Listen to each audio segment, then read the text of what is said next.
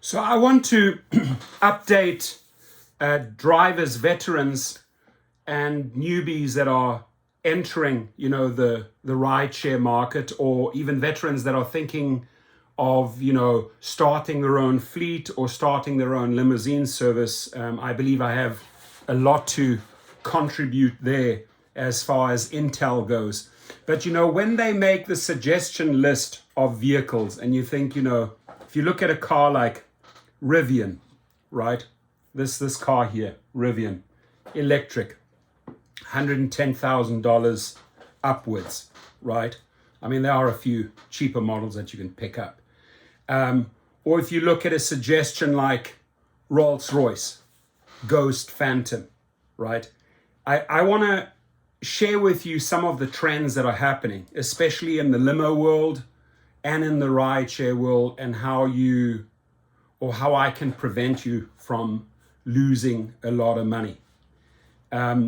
If you have a very, very well established clientele list, as a private driver, sure, the investment of a Ghost or a Phantom might be an option. In fact, two of my clients, one has two of them and one has one, and I've driven them, right? I'm not putting wear and tear on my car. I just get paid to drive them in their vehicle. The same with the Lamborghini Urus, right? Driven it for my client and other cars. That can happen. But to go out and invest into something like a Rivian or a Rolls-Royce, thinking, I'm going to get into that Lux category, or, maybe with a Rivian, you could do a combination of the black SUV and combination of Lux as well on Lyft, and then you would also qualify for XL, right? That vehicle.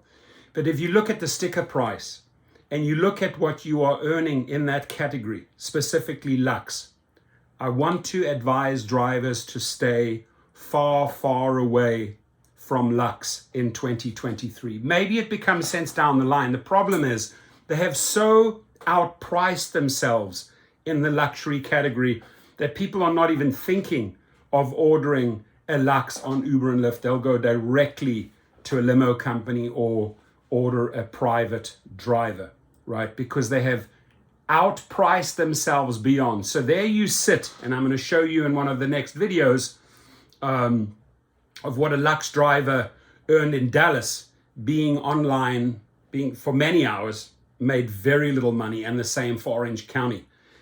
Lux might still make sense in cities like New York, LA, maybe in the top 5, maybe in Houston. But for the majority of the cities, I would stay far away from Lux. And then you say to yourself, well, I actually wanted to go into Lux so that I could transition into becoming a private driver and driving private clients and high-end clients. There's a far simpler way, and that is called a Cadillac or a Suburban, right? Where you can have big groups. If need be, you fall back on XL or on Uber Black or Uber SUV, and sometimes those vehicles like a Cadillac will also fit into the Lux category, right? But to box yourself in to like an S550, or maybe be stupid to go out and buy a Rolls Royce for a few $100,000. I don't know why these people think that you are actually going to even think along those lines. I want you to stay far, far, far away from the Lux vehicles. And when it comes to SUVs, right, go and get yourself a used vehicle that has miles on it. Maybe somewhere in the region of maybe like a Toyota, right? It could be the Toyota Sequoia or a Suburban or a Cadillac, right? That ultimately is a moneymaker, right? It is a moneymaker. But these Lux suggestions that they're trying to push on you, they've so outpriced themselves and destroyed that category that it is not worth going out there and acquiring a car and say, oh, you know what? I'm going to drive on Lux and I'm going to pick up private clients and I'm going to start building out my private clientele with an S550. Forget about it, right? And then suggestions like a Rivian electric, which already has a lot of problems. This is an SUV. It probably could fit into the SUV category or into the XL. You would never want to drive that car on an XL platform. Doesn't make any sense. You'd be working backwards, backwards, and backwards. Even like when they suggest here, oh, 2016 or newer Cayenne, hybrid Cayenne S, a Macan. Okay, if you can pick up something dirt cheap and a little bit flashy at a dealership, do it, right? Rivian, no. Rolls-Royce, no. Tesla is an option for many people, especially the X, right? The X serves my business well, and you can lease them out for a lot of money because EVs are hot. A lot of them want them. They don't want to go through Hertz. You can offer, for example, what Hertz would offer them. You could give them, through your fleet, you could give them a Tesla X, which would fit into the best categories and be super ideal to build out your private clientele, because you might be providing them with a TCP or a TLC license at the same time, which has a lot of value. It can then help them build out their private clientele. But to go into Hertz and try and get one of the, top Teslas, you're wasting your money. You think you're getting lured in for 330 something per week. I'll guarantee you by the end of the week, you're paying $550 or more, and you don't even have that TCP or that TLC license, right? So there is where it truly helps to reach out to a fleet owner like myself in LA and say, hey, what do you have? What works? I get rid of cars that don't work. I only focus on what's hot. If it's not hot, I get rid of it. I sell it. I sell it on Craigslist or Facebook Marketplace. Try to get rid of it, right? But right now, you are completely and utterly wasting your time if you are even remotely thinking of a Lux sedan and entering the Lux category and on Uber or Lyft. It's not going to happen. Stay with something that serves on multiple platforms like a Suburban or a Cadillac, right? You'll print money all day long. You can always fall back to Excel. You can do Uber Black, you can do Uber SUV, and most of those cars also fit into Lux as well. If you're lucky, you catch one of those fish. But don't box yourself into one category only and say, okay, I'm only going to allow Lux trips, whatever comes along. I will show you numbers where people were online for 46 hours. They were online, and maybe they did a handful of driven hours, and that equated to no money, right? So go to GigRocket. I do offer the private chauffeur course on gigrocket.com. You also get the fleet module. You learn all about the fleet.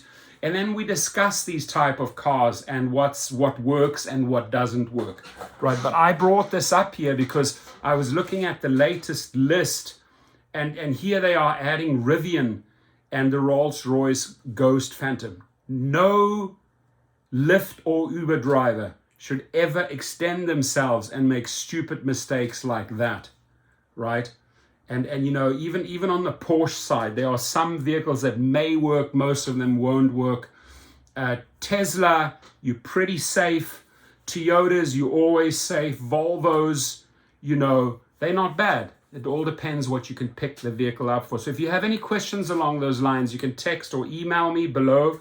And then I would highly suggest you go and check out my private chauffeur course on gigrocket.com. The link is right below. And also learn about fleet, right? How to build out a fleet. Uber's most amazing service that they have in that company is actually Uber Fleet, right? It'll make you a lot of money. It has made me a boatload of money, right? So I teach my formula. And again, once in a while, I have to make these videos and adjust, right? Because I may have been pushing Lux, 4 or 5 years ago, because you were really making money, and that was prior to them jacking up the prices. Right now, they've jacked up these prices so high for riders and passengers that certain categories like Lux simply do not make sense. And so quick to recap, if you are deciding on going into rideshare and maybe or upgrading from X or XL to one of the higher cars because you've accumulated some money and you have some savings, right? And you really want to break into private clients. The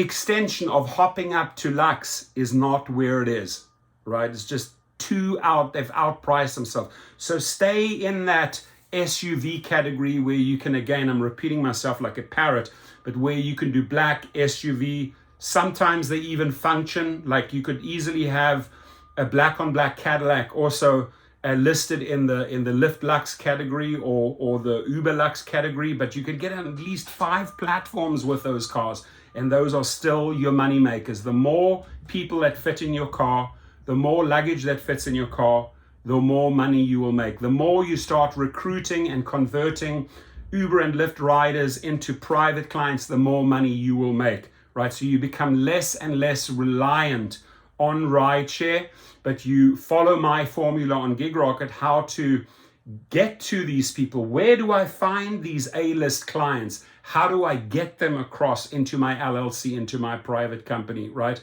Again, without extending myself and investing into a super expensive car, but maybe picking up a Suburban or maybe even a Ford Expedition or a Navigator or a Cadillac at an auction. Hit me up if you have any questions. Take care.